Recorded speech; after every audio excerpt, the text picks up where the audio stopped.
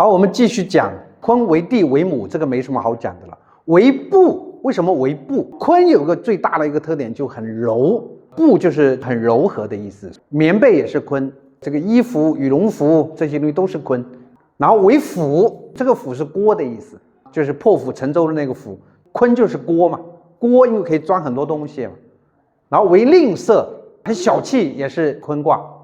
吝啬，为什么坤是吝啬啊？钱是大方，坤就是吝啬。坤和钱啊，它一定是相对应的。乾卦如果是英俊漂亮，那坤卦是什么？它一定是很丑。所以说你看婚姻的卦，应爻对方在坤卦里面，这个老婆好看不了。那如果是乾卦呢，它就好看。乾卦也可以是女孩子，女孩子在乾卦那一定是那种身材高挑，什么大长腿什么之类的，白富美很漂亮。那坤卦它就是难看。乾卦如果是勇敢，坤卦就是怯懦。但坤卦不都是坏的。为均，为平均，坤卦是不是平均？刚才讲的吝啬，我们有句话叫做局在淮南为局，过淮就为治。就地为什么他说吝啬的呢？这个地我适合这个生物，我不适合你，他这就是吝啬嘛。地就是吝啬的，我的生长的这个条件只给你不给他，就是地有这种吝啬的这种象。为君，大地对谁都一样，它又是从广义上来讲，你是植物，你种到我地里面，我都给你长起来。这个均就有平均的意思，当然大地也有平的意思，平和均都是属于坤卦。为子母牛，什么叫子母牛呢？它是生子之母牛，就母牛就是坤卦，它不仅母牛是坤卦，牛都是坤卦嘛。然后为大禹，大禹是什么意思？就大的车辆。大禹跟牛车，我在讲《论语》的时候我讲过，牛拉的车是大车，马拉的车是轻车，是便车。牛因为它力气大，所以说部队行军的时候，它拉那个辎重，拉很重的重物的时候，拉这个粮食啊，马是拉不动的，马是用来拉人、拉战士的。为文，一定要记住坤为文，文化的文，它是什么原因呢？是大地山川草木如锦绣文章。大家去看看《文心雕龙》这本书，有没有人看过《文心雕龙》？或者说有没有听说过《文心雕龙》这本书？我们这本书是魏晋南北朝的时候一本非常著名的文学理论的或者说文学批评的一部著作。他开篇他就写，好的文章，最好的文章就是大地。你站在天空往大地上面看，河流、山川、草原、森林，就是大地，它是一篇非常漂亮的文章，跟锦绣一样的文章。所以说坤它又是文章的意思，文章是很美的。大地山川草木如锦绣文章。为重，坤就是为重，这个那天讲过，坤为什么为重？坤有这么多笔画，乾的笔画最少，它有6个笔画，就坤的笔画是最多的，所以说它是重，它是代表老百姓，老百姓可不就是重吗？为丙，丙是生物之处也，丙就是树上长出一个枝，这边枝上长了一朵花，然后这个就叫丙。丙就是什么呢？就是那个花或者是那个果或者叶生出来的那个地方叫丙，这后面变成手柄的柄。丙在树上，它是花叶或者是那个果实从那个地方生出来的，那叫丙，叫生物之处也丙。它是作物生出来的地方，果木生出来的地方叫丙。其余地也为黑，就是它是黑土地，土地嘛就是黑的，这就是坤。再来讲震，震为雷为龙，这个都好理解了哈。为玄黄，震为玄黄，天地玄黄，宇宙洪荒。玄黄，玄黄为天地之色，乾坤始交生震，故正向玄黄。对于我们现在的断卦来讲，就用不上，这个是做学问的时候，震为玄黄。现在不去管它，我们断卦不可能，你看到这个震卦，你说它是玄黄，它跟我们现实生活没什么关系。为夫，这个念夫哦，敷衍那个夫的一半。为夫，夫是什么？夫是开花。震是开花，春天的时候的那些所有的土地上生出来的那些东西，比如说雨后春笋啊，开花就刚刚开出来的鲜花啊，地上冒出来的那个嫩芽呀，等等等等，那都是属于震卦。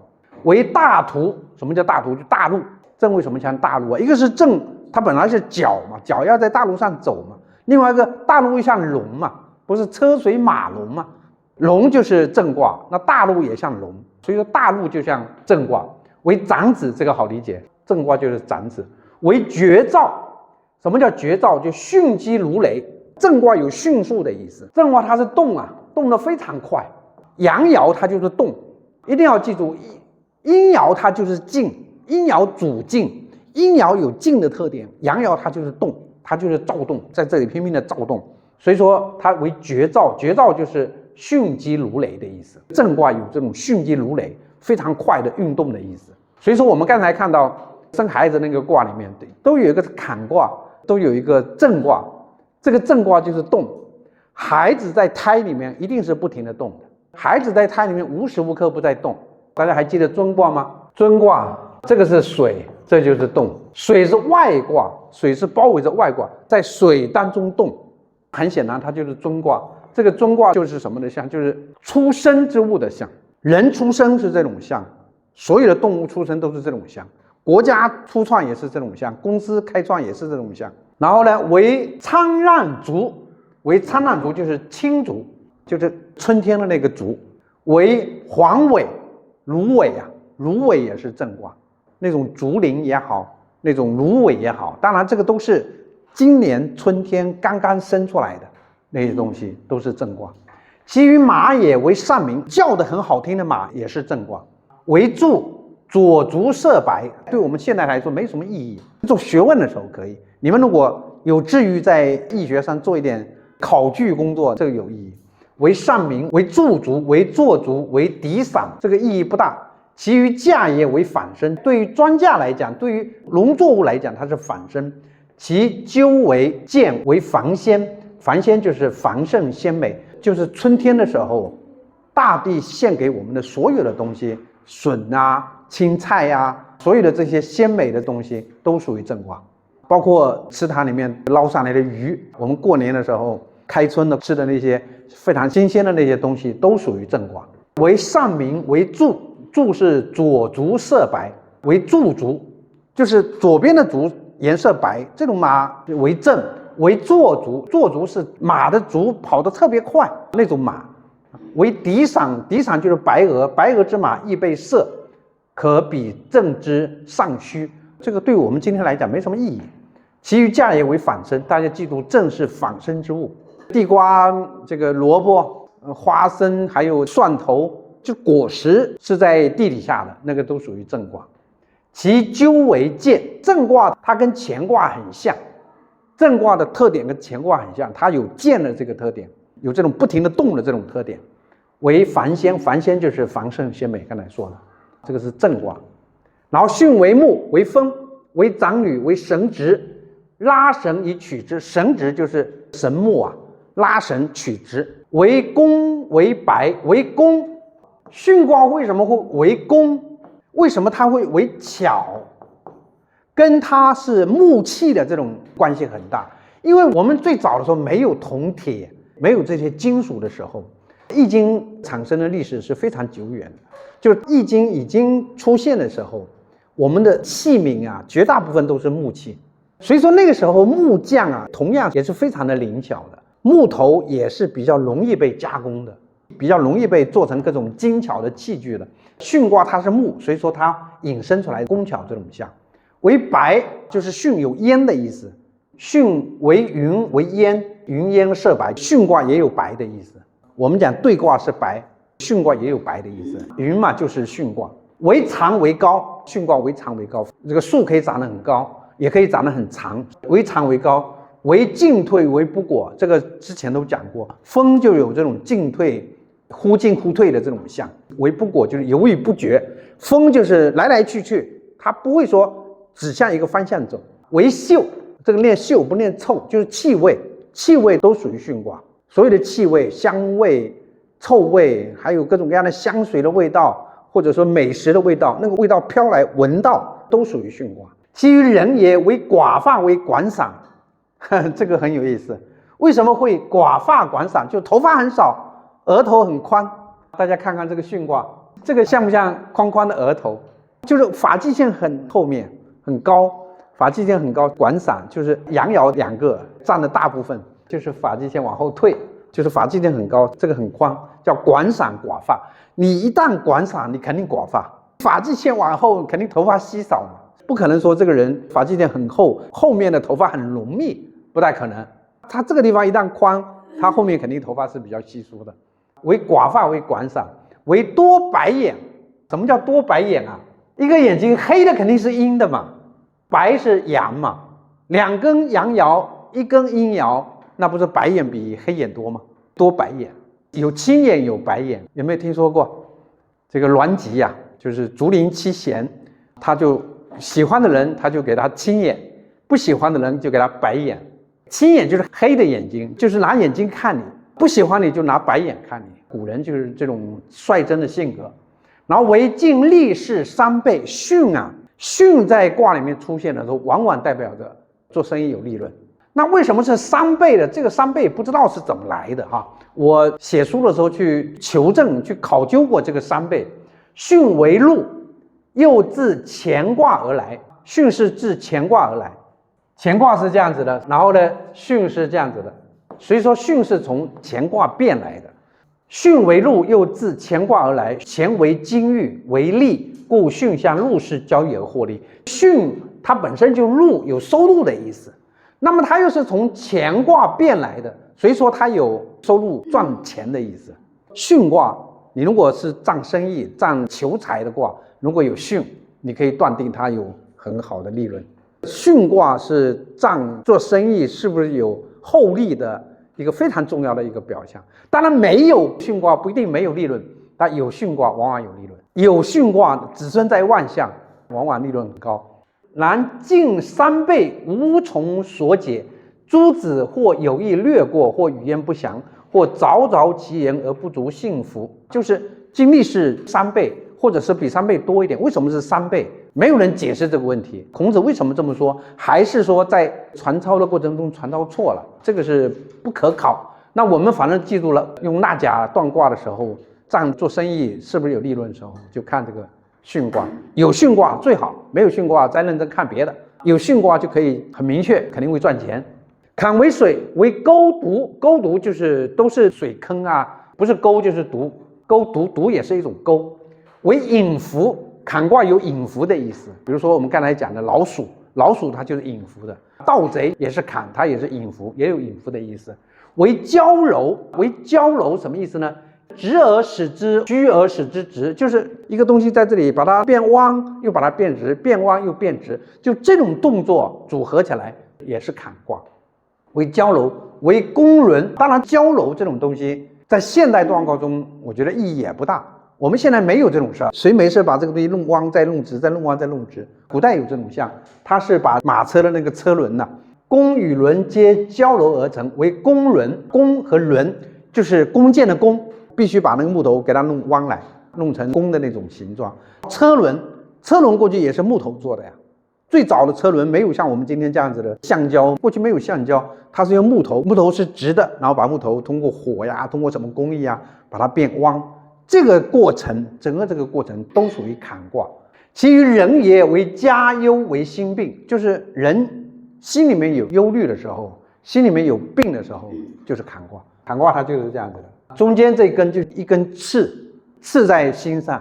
坎卦所以说是心病。为耳痛，耳朵痛。坎卦本来就是耳朵痛，也是这个坎卦。为血卦，就坎除了代表酒、代表醋、代表水之外，它也代表血。第二个卦里面下面不是有个坎吗？你那个第二个段生孩子的卦不是有个坎吗？那个有可能不是出血就是出水，就是破掉，羊水破掉，不是说生的时候才破掉，它是提前破。它有这个坎卦，不是出血就是出水，就是有这种象，反正都是没那么顺当，都是有各种各样的波折。为刺，它也是刺，坎卦也是刺，坎卦也有刺的这种象。为什么有刺的这种象呢？因为它血嘛，就是离卦也有刺的这种象，乾卦也有刺的这种象。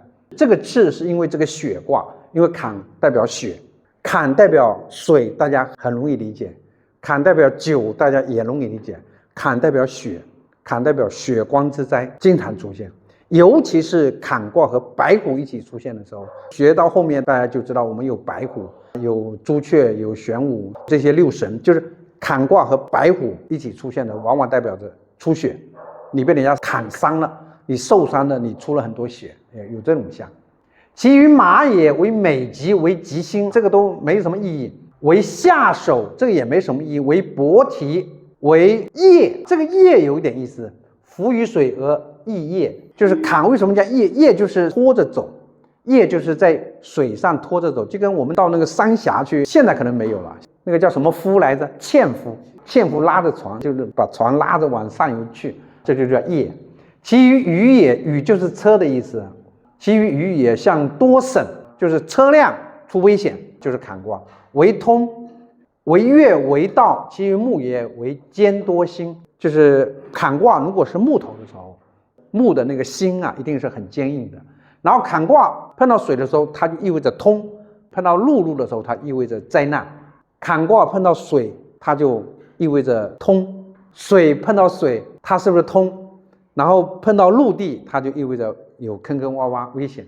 这是坎卦，很多像美吉啊、吉星啊、薄提啊，现代没什么用，就不去管它。离为火，为日，为电，为中履，为甲胄，这个都很好理解。离为火，为日，为电，为中履，为甲胄。什么叫甲胄？就是刚才讲的盔甲。为戈兵，什么叫戈兵？戈兵不是单兵的那个兵，戈兵就是兵器，就是刀枪剑戟、机枪火箭，这个都属于戈兵。其余人也为大福，肚子很大的人也是离卦，大腹便便的人也是离卦，女人怀孕是不是也是离卦？就从这个角度来讲，这个离卦可以代表女人怀孕，艮卦也可以代表女人怀孕。艮卦是隆起的意思，离卦就是里面有东西。当然了，就是如果比如说你刚才那个断孩子哈，子孙爻如果是在离卦，然后又空，就代表你这个怀孕是空欢喜，或者你会流产。因为离中空嘛，地火明夷那个卦啊，如果是在她刚刚怀孕，后面是离火，就有可能会流产。因为离是离中空啊，就代表这个孩子保不下来。就是看断卦的时间，如果是刚刚怀孕1-2个月、2-3个月，就是孩子还没有着床，还没有稳下来，如果再加上子孙又是空，那很可能是流产的这种卦。然后呢，为大福，就是大肚子的人也是离卦。为干卦，干燥之卦，就是所有干燥的东西都属于离卦。你比如说我们烧烤的炉子就是离卦，就是所有跟烧烤有关的东西都是离卦。为鳖，为蟹，为裸，裸就是螺类嘛，就各种螺嘛，螺丝啊，吃的那个毽子啊之类的，毛蚶啊，诸如此类的都是离卦。为蚌，为龟，这些东西都是外面硬的。其余木也为科上稿。什么叫科上稿啊？这个很不好懂。木既中空者，上必枯槁也。什么叫科上稿？就是木头啊，里面已经空了，外面肯定是干的，这就叫科上稿。科空也，阴在内为空。木既空中者，上必枯槁。科上稿就是木头它已经死了，已经干枯了，已经死掉的木头就属于离卦。接下来我们讲艮。艮为山，为径路，径路就是山上的小路。为小石，山上的那些小石子都是艮卦。为门阙，门阙就是比较大的城墙边上的，或者一个城门，就是门阙就是城门。城池、宫殿、官府、寺庙前带双阙之门也，阙瞭望楼也，就是门阙就是大门，就特别雄伟壮观的那种门。然后为果裸，艮卦也为果裸。什么叫果裸呢？就是木石为果，草石为裸，多产于山中。艮卦也有果的意思，就是瓜果的意思。为婚事，掌管门禁之官，就是那些掌管着宫门钥匙的那种官员，他也是艮卦。实际上他就是守门人。为豕，为狗，为鼠。你看这边鼠又变成了不是坎卦，是艮卦。艮卦也有老鼠的意思。艮卦为什么是老鼠啊？鼠齿利为前尖之物。他说老鼠的牙齿比较利，所以说它是前面尖。老鼠的前面嘴很尖，它不是挖洞吗？这个龙生龙，凤生凤，老鼠的儿子会打洞吗？老鼠的牙齿很尖，就好比它前面很尖。你看艮卦是不是前面尖后面软？这个也对，就是一个东西它可以被2个卦分别表示，这也是正常的。它也是为鼠，为前喙，就是黑嘴，黑嘴的动物。前喙之属，善啄，亦前尖之物，就是嘴是黑的那种东西啊，鸟啊，或者是别的什么动物啊，它那个黑嘴特别的利，就好像它是前面这个阳爻。其余木也为尖多节，比如说很硬的竹，它是一节一节的。艮卦它就像一节一节的，这都是属于节点，就是竹子的那个节的那个点，就是艮卦的那个阳爻。就是孔子写的这些八卦的内象，很多我们现在都用不上，大家熟悉一遍就可以了。对为泽，为少女，为巫，巫婆的巫现在也用不上。巫女歌舞婆娑以乐神，故对象巫。巫婆的巫，现代人对巫的理解是很差，对巫的形象是非常不好的。巫婆啊，什么老巫婆啊，实际上过去巫啊，它是一人一神，半人半神。巫不仅会预测你的未来，还会给你看病，还会给你做很多心理的辅导、心理的暗示，在过去是很厉害的。你看那个妈祖，莆田那个妈祖，他过去就是巫啊，巫就是半人半神，他介于人神之间啊。巫在过去是很了不得的一种人。为口舌，为毁则，为复绝，复绝附于一物而随之脱落。其余地也为刚鲁，为妾，为阳，就是为妾就很好理解，他本来就仆人婢女这种象，所以说对卦也是妾，也是阳。为什么是刚鲁呢？对卦是盐碱地啊，对卦是这个样子的。这一块阴爻在这里就是什么呢？就变成盐，就一个土地板结的，底下是阳爻，上面是阴爻，就是一个土地板结的，上面有很多盐分，就是这种土地根本就不能够种任何东西了。这也是对卦，上面是阴爻，就是那种盐。我们今天先讲到这里。